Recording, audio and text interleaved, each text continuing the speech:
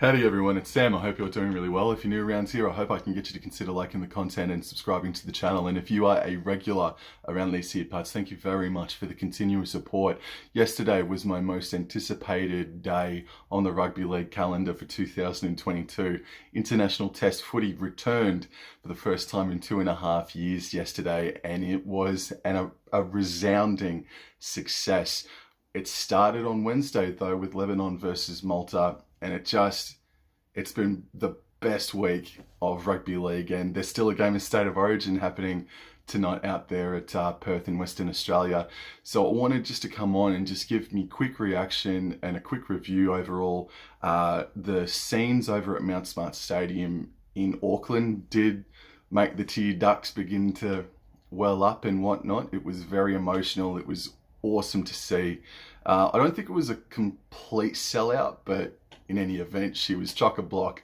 And then out at Campbelltown Stadium last night for Samoa versus Cook Islands and PNG versus Fiji. My goodness, what a doubleheader that was out there at Campbelltown.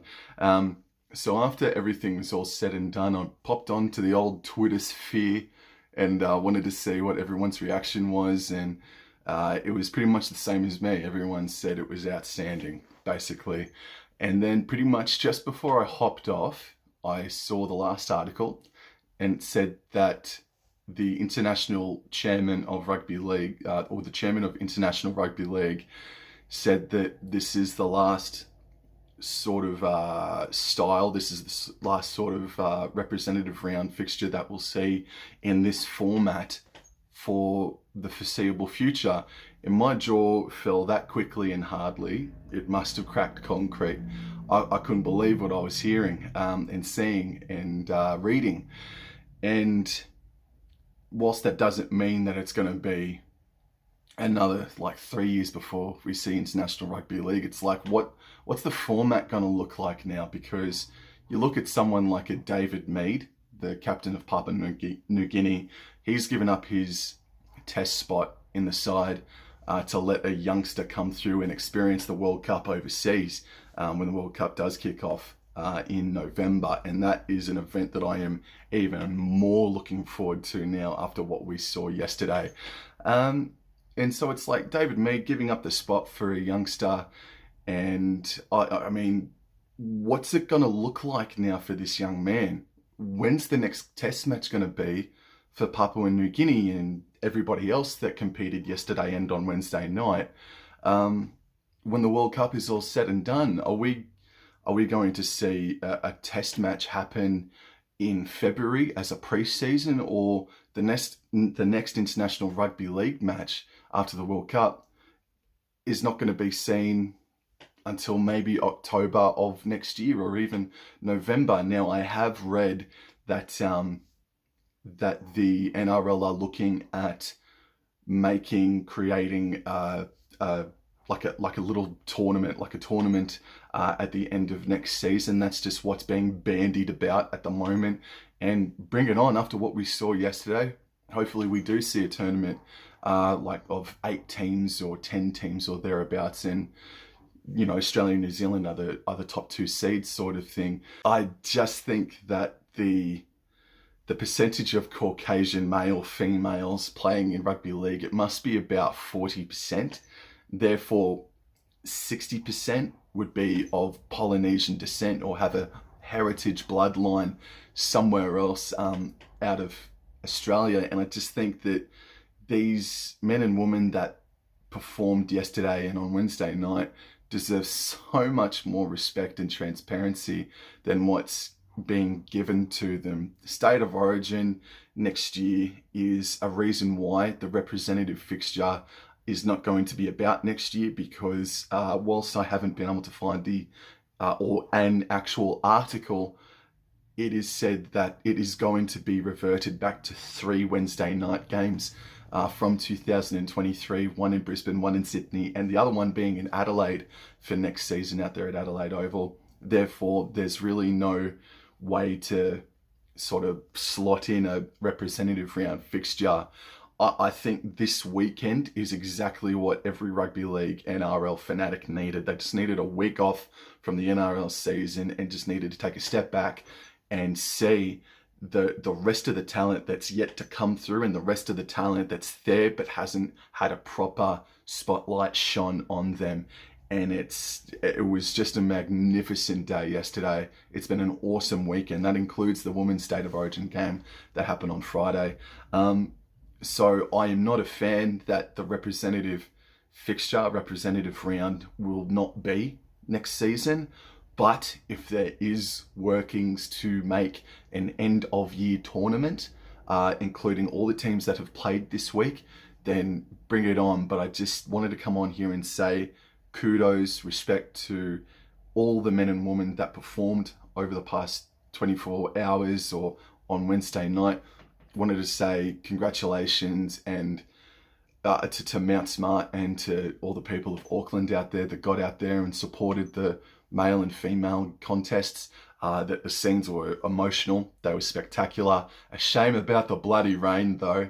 And just like a quick summarization of what I saw.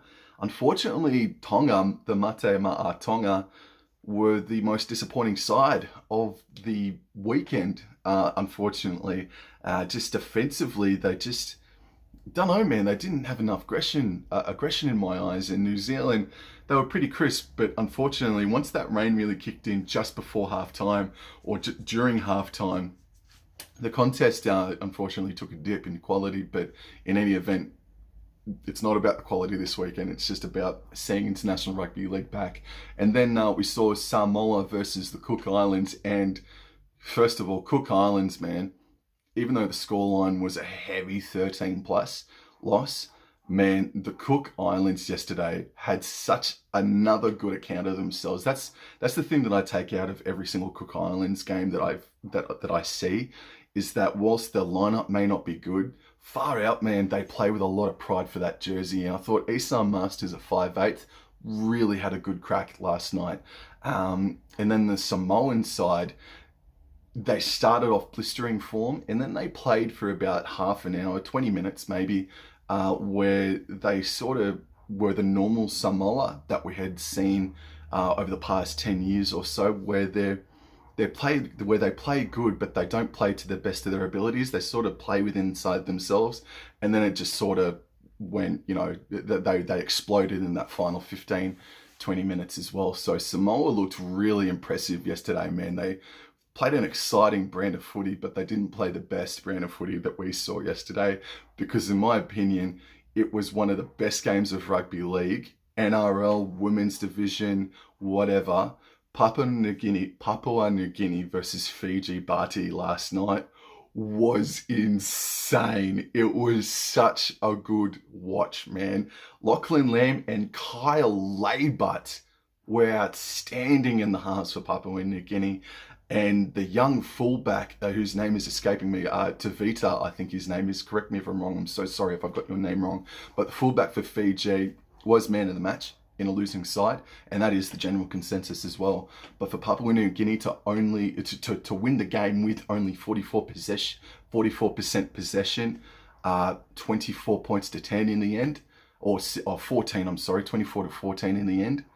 My goodness gracious, Papua New Guinea, what a tremendous match it was. It was smash mouth rugby league, but like, then there were just bits of brilliance from Justin Olam, who's just, he's one of my favorite players in the entire competition. He's outstanding as well.